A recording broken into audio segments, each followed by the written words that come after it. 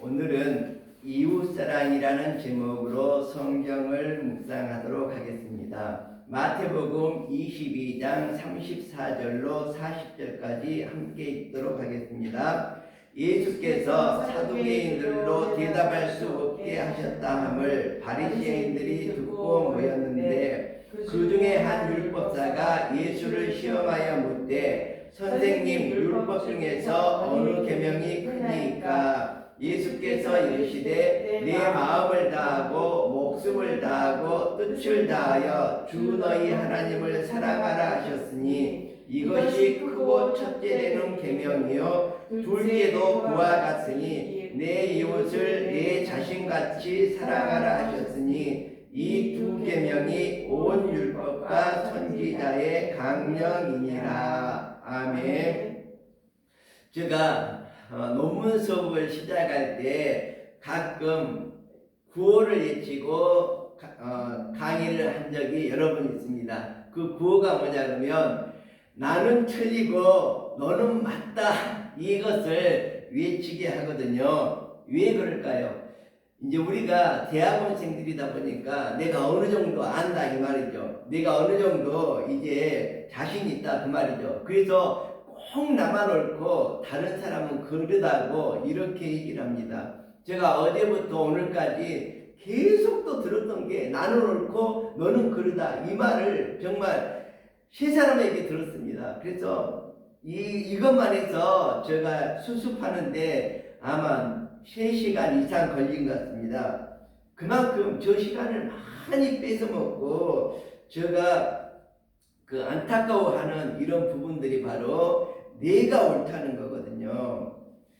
자, 여기 어떤 사람이 죽어서 천국에를 갔습니다. 그래서 천국에 가서 그 좋은 집에 들어가서 예수님과 나란히 앉아서 소파에 앉아서 얘기를 하고 있는데 예수님께서 갑자기 귀한 손님이 오셨다고 신발도 신지 않고 집을 뛰쳐나가서 그 사람을 마중 나갔다고 합니다. 그 사람이 누구였을까요? 예수님께서 말씀하시기를 모처럼 천국에서 보기 힘든 사람을 천국에 들어오셨다고, 목사님이셨다고 합니다. 그래서 우리들이 막 옳다고만 하는 가운데서 뭐라 그럴까? 정말 하나님은 옳지 않는 모습을 볼 수도 있다는 것이거든요. 자, 오늘 성경 말씀을 한번 22장부터 쭉 한번 살펴보도록 하겠습니다. 자, 예수님께서 비유로 말씀을 하시고 있죠. 그래서 임금이 자기 아들을 결혼시키려고 혼인잔치를 위해서 많은 준비를 했습니다. 음식을 풍부하게 마련하고 혼인잔치에 와야 될 사람들을 초대했습니다. 그런데 어떻게 했습니까? 이 사람들이 혼인잔치에 오지 않고 밭으로 일하러 가고 사무실로 사업하러 가고 또 임금이 보냈던 신하들을 때려서 죽이기까지 했습니다. 그러니까 어떻게 했습니까? 임금이 그 마을을 멸절시켜 버린 거죠. 그리고 만나는 사람마다 나가서 길거리에서 만나는 사람마다 청하여서 초대하게 했습니다. 자, 여러분도 청함을 받았다면 바로 구원의 손길이 미친 것입니다. 정말 이렇게 초대받았을 때에 그 초대에 응해야지만이 여러분들은 구원받은 자가 되는 것입니다. 바로 여기에서는 구원받는 자와 구원받지 못하는 자를 예수님께서 비유로 말씀해 주신 것입니다. 여러분들은 바로 초대함을 받은 사람입니다. 저의 이 말을 들은 사람은 이미 예수 그리스도로 말미암아 초대를 받은 분이십니다. 이 혼인잔치에 참여를 해야지만이 여러분들은 정말 구원의 기쁨을 누려낼 수 있을 것입니다. 자, 그런데 쫓겨난 사람이 있습니다. 자, 슬기로운 처녀와 미련한 처녀가 있었는데 미련한 처녀는 기름을 준비하지 않고 있었던 자는 쫓겨났습니다. 그리고 또 어떤 사람이 쫓겨났습니까? 오늘 본문에서 옷을 거지처럼 입고 참석한 사람은 초대받지 않는 사람이라고 쫓겨났습니다. 천국 백성이 되지 못했다는 것이죠. 자, 여러분들은 꼭 구원받는 자가 되어서 천국 백성으로 정말 하나님의 잔치에 참여하여서 정말 천국의 삶을 살아갈 수 있기를 바랍니다. 자, 그 다음에는 이제 어떤 일이 있습니까? 예수님께서 이 비유를 말씀하신 다음에 바리새인이 나타납니다. 바리새인이 왜 나타납니까? 바로 예수님을 함정에 빠뜨리려고, 올무에 걸리려고 돛을 놓아서 무엇인가 꼬투리를 잡아서 예수님을 곤란하게 아니면 십자가에 처형하도록 이렇게 이 건너길을 만들어가기 위해서 바리새인들이 나타났습니다. 이 바리새인들은 어떻게 보면 경건주의를 추구하는 사람들이고 정말 일반 평민으로 구성된 이러한 집단들이라고 보면 됩니다. 그래서 보통의 이런 지식인들이라고 보면 되죠. 자, 그래서 이 바리새인들이 예수님께 질문을 합니다. 어떤 질문을 합니까? 가이사에게 세금을 바쳐야 됩니까? 바치지 말아야 됩니까? 이렇게 질문하는 거죠. 근데 이 질문은 무엇 때문에 한 겁니까? 예수님을 꼬투리 잡아서 예수님을 공격에 빠뜨리려고 한 질문이죠. 왜 그렇습니까? 가이사에게 세금을 바치라 그러면 지금까지 예수님께서 추구해왔던, 예수님이 가르쳤던 하나님의 유일신인 이러한 사상에서 많이 이배되는 것이죠. 하나님께만 바치고 하나님께만 예배하고 하나님께만 경배해야 되는데 가이사에게 경배하고 가이사에게 절하고 예배하는 그런 꼴이 될 수 있기 때문입니다. 자, 그러면 바치지 말라고 하면 어떻게 됩니까? 자, 일국의 왕에게 세금을 바치지 말라고 그랬다. 그래서 정말 그 나라에 반역을 하게 되는 것이죠. 그러니까 예수님께서 세금을 내라 그래도 문제가 되고 내지 말라고 해도 문제가 되는데 정말 예수님은 지혜로우신 분이시죠. 그 질문이 끝나기가 무섭게 어떻게 얘기합니까? 동전을 내게 가져와라. 동전을 갖다 보이니까 이 그림이 누구의 것이냐? 가이사의 것이다. 그러니까 가이사가 왕이죠. 가이사의 것은 가이사에게, 하나님의 것은 하나님께 바치라. 이렇게 얘기를 하니까 너무 지혜로운, 정말 자기들은 이 꼬투리를 잡아서 한번 예수님을 정말 올무에 걸려보려고 이렇게 했지만 예수님께서는 정말 지혜로운 이 말씀으로 대처를 하게 됩니다. 너무너무 유명한 말이죠.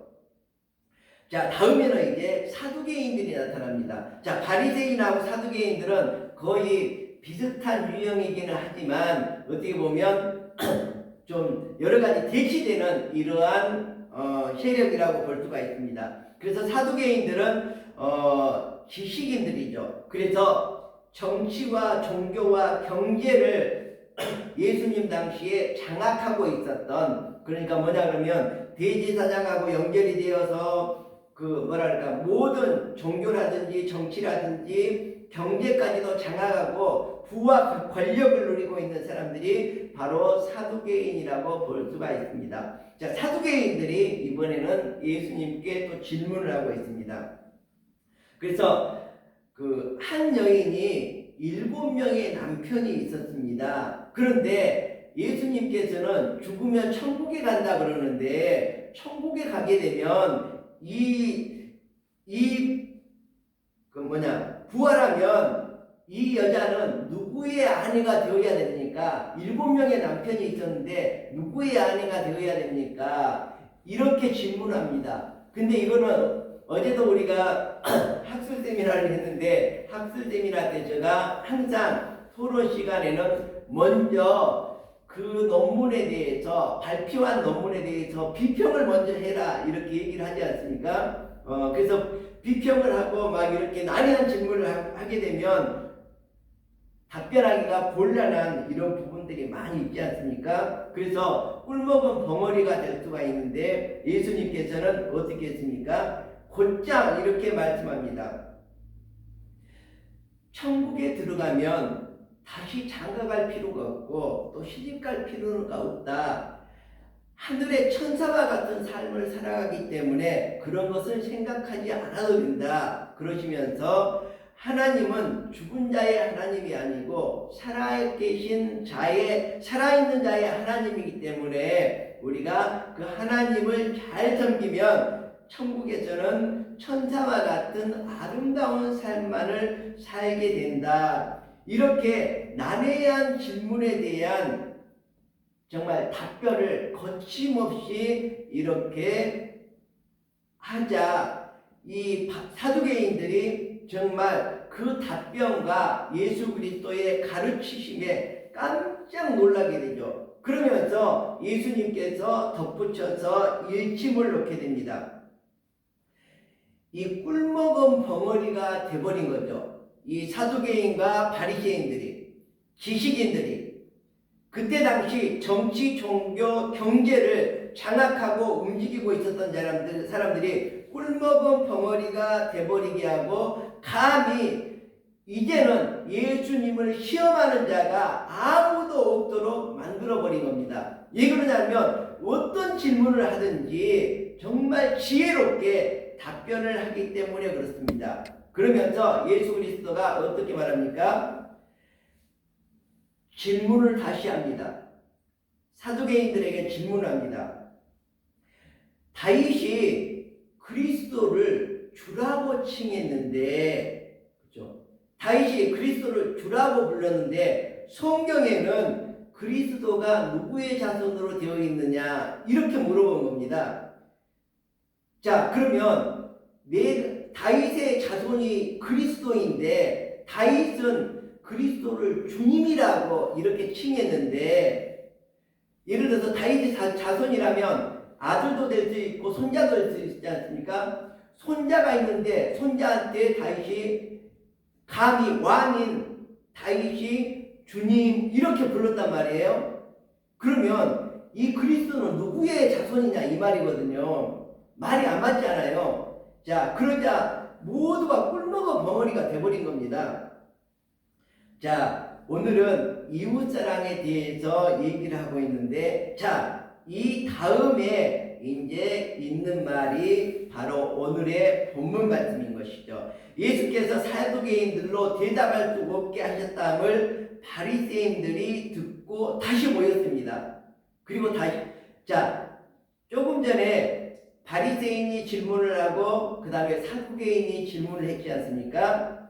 그래서 모두가 꿀먹은 벙어리가 되고 예수님께서 그리스도는 누구의 자손이냐 이 질문을 하시면서 꿀먹은 벙어리로 만들었지 않습니까? 그래서 이제 사두개인들이 모두 물러가 버리고, 자, 34절에 보니까 사두개인들로 대답할 수 없게 하셨다 함을 바리새인들이 듣고 다시 예수를 공격하기 위해서 모인 것입니다. 그 중에 한 율법사가 예수를 시험하여 물었습니다. 선생님, 율법 중에서 어느 계명이 크니까? 그러니까 뭐냐 그러면 이렇게 질문을 해서 대답을 하면 무엇인가 꼬투리를 잡아서 올무를 물고 정말 예수 그리스도를 십자가에 못 박으려는 이러한 계책을 가지고 있었던 것이죠. 그때 예수님께서는 어떻게 합니까? 내 마음을 다하고 목숨을 다하고 뜻을 다하여 주 너희 하나님을 사랑하라. 우리들이 정말 이 사랑, 예수님께서 가장 중요하게 하신 말씀이 바로 이 사랑이거든요. 근데 첫 번째 사랑은 누굽니까? 바로 예수님을 사랑해야 된다. 두 번째 사랑은 무엇입니까? 내 이웃을 내 자신같이 사랑하라. 네, 이것이 두 번째 사랑입니다. 그리고 성경 전체적인 맥락을 쭉 살펴보면 또 하나의 사랑이 있습니다. 자연 사랑을 해야 된다는 것이거든요. 자, 그런데 오늘은 하나님 사랑과 자연 사랑은 나중에 하도록 하고, 오늘은 이웃 사랑에 대해서만 제가 간단히 사례를 들어서 말을 하고 싶습니다. 자, 이 지나가는 말에 이런 얘기가 있습니다. 땅을 사려면 10억 원을 주면 살 수 있다. 근데 친구를 사려면 100억 원을 줘도 못 산다. 이런 얘기가 있습니다. 물론 친구는 이웃을 뜻하는 것도 되겠죠. 자, 남아프리카에서 코브라와 그 맘마뱀이 치열하게 싸우고 있었습니다. 결국 힘이 센 코브라가 맘마뱀을 이빨로 물어서 죽이고 승리를 하게 됩니다. 자, 뱀은 자 죽이고 나서 어떻게 합니까? 예, 먹이를 통째로 삼키죠. 자, 그래서 이 싸움에서 찢긴 맘마뱀이 코브라의 입속으로 들어서 통째로 그 배로 들어가고 있었습니다. 그런데 코브라도 그만 죽고 말았습니다. 왜 죽었습니까? 바로 맘마뱀의 독이 그 몸속에서 퍼져서 코브라도 죽고 말았던 것입니다. 자, 우리의 삶이 이런 부분이 너무너무 많습니다. 그래서 우리들도 정말로 서로 치고받고 싸우면서 정말 서로 죽게 되는 이런 경우를 많이 봅니다. 우리가 대표적으로 이 치고받고 싸워서 서로 죽게 된 경우가 바로 이명박 대통령과 박근혜 대통령이 서로 대치해서 싸우다가 둘 다 그쵸 정말 대통령직에서 파멸당하고 서로 감옥에 들어가는 이런 경우거든요. 그래서 우리들이 아무리 근데 뭐냐 그러면 때리는 시어머니보다 말리는 시누이가 더 밉다고. 시누이는 내 편이지 않습니까? 왜 내 편을 들어주는데 그렇게 더 미워하는지 모르겠어요. 그래서 하다못해 그죠 나를 때리는 사람을 말려주는 사람은 나하고 적이라고 하더라도 좀 친하게 지내면 너무 좋을 것 같아요.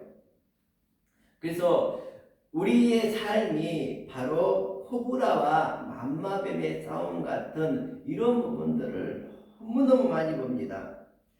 친구를 죽인 독이 바로 자신을 결국 죽이게 한다는 거거든요.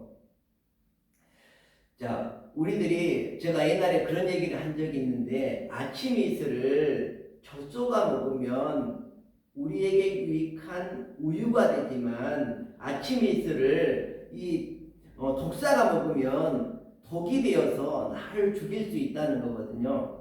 이처럼 우리들은 정말 아침 이슬을 같이 먹더라도 우유를 만드는 젖소와 같은 이런 마음으로 세상을 살아가야지 독사와 같은 이런 마음으로 계속 물고 뜯다 보면 결국은 다른 사람을 죽이고 나도 죽인다고 볼 수가 있거든요. 이 앞전에 한번 얘기했듯이 내가 다른 사람을 험담하면 그 사람 한 사람만을 죽이는 것이 아니라 세 사람을 죽인다 그랬죠. 첫 번째는 누구를 죽인다 그랬습니까? 첫 번째는 내가 험담하는 사람을 죽이는 거죠. 두 번째는 뭐예요? 그 말을 듣고 있는 사람을 죽이는 거거든요. 그럼 세 번째는 누가 죽습니까? 그 말을 한 바로 나도 죽을 수밖에 없는 정말 상처받을 수밖에 없는 그런 모습이라고 볼 수가 있었죠. 자, 남아프리카의 코브라처럼 살아가는 인생이 아니라 자, 일본의 미우라 아야코라는 분이 계셨습니다. 그 마을에서 가게를 열어서 구멍가게를 열었는데 정말 장사가 잘 되었습니다. 우리가 시집 제목을 꿈을 파는 구멍가게라고 이렇게 지었는데 이 미우라 아야코 얘기하고 좀 비슷한 것 같아요. 우리 학생들이 정말 특히나 꿈을 파는 구멍가게를 시를 썼던 우리 시인들은 정말 미우라 아야코를 본받아서 꿈을 파는 구멍가게로 이렇게 살아가면 좋을 것 같아요. 그래서 장사가 잘 됐습니다. 근데 장사가 잘 되다 보니까 이웃 가게들이 그쵸 마을은 한 공동체 지역이지 않습니까? 소비자는 한정되어 있는데 미우라 아야코 가게가 장사가 잘 되니까 다른 가게가 잘 안 되는 것입니다. 그래서 미우라 아야코가 생각을 합니다. 이웃 가게가 매출이 감소되고 망하게 될 것이라는 이런 예측을 하게 됩니다. 그래서 가게를 축소해서 자기는 살 만큼만 팔고 그 손님들이 다른 가게를 이용할 수 있도록 이렇게 했습니다. 그러자 어떻게 됩니까? 시간이 남아돌게 되고 그 남아도는 시간에 글을 썼습니다. 여러분들은 정말 대단해요. 이거냐면 시간이 남아돌지도 않는데 제가 항상 하는 말이죠. 학교에서 공부도 해야지, 또 내 자녀들도 돌봐야지, 또 남편이라는 그놈도 돌봐야지. 아, 죄송합니다. 그리고 또 뭐예요? 집안 살림도 해야지, 또 직장 생활도 해야지 하다 보면 정말 눈코뜰 새 없이 왔다 갔다 정말 한 시간에 여유도 없이 살아가고 있는데 그 와중에서 시도 적고 책도 쓰고 또 논문도 쓰고 이런 거 보면 정말 대단함을 느낍니다. 그렇지만 우리는 미우라 아야코처럼 정말 꿈을 갖고 생활할 수 있는 꿈을 파는 그런 구멍가게를 운영할 수 있기를 바랍니다. 그래서 이렇게 이제 좀 더 한가해지고 시간이 남아돌자 어떻게 했습니까? 글을 썼습니다. 여러분처럼 글을 썼습니다. 그런데 그 글을 썼는데 그 글이 베스트셀러가 된 거죠. 그것이 바로 빙점이라는 소설입니다. 한번 안 읽어보셨으면 일본에는 기독교인이 극히 드문데 이 미우라 아야코는 바로 기독교인이고 바로 기독교 정신에 따라서 빙점이라는 소설을 적었습니다. 여러분도 한번 시간 나시면 우리 그 교보문고에서 이렇게 주문해서 한번 빙점이라는 소설을 재미있게 읽어보시면 좋겠습니다. 자, 우리가 오늘 정말 하나님의 말씀에 따라서 정말 소중한 계명을 우리가 묵상했습니다. 그 소중한 계명이 무엇입니까? 바로 내 마음을 다하고 목숨을 다하고 뜻을 다하여 주 너희 하나님을 사랑하라. 자, 이스라엘 자손들은 이 말씀을 정말로 이마에 붙이고 정말 가슴에 새기고 계속 되뇌이면서 이렇게 이 말씀을 묵상하면서 자녀들을 키우다 보니까 자녀들이 지혜가 있는 것이거든요. 하나님을 사랑하게 되는 것이거든요. 하나님을 사랑하면 결국은 어떻게 됩니까? 바로 그 사람에게 축복이 되는 것입니다. 그리고 둘째, 정말 내 이웃을 내 자신과 같이 사랑하라. 오늘 이 말씀을 꼭 명심하고 내 이웃을 사랑하지 않으면 그 화는 다시 나에게 코브라와 만마뱀의 싸움처럼 도로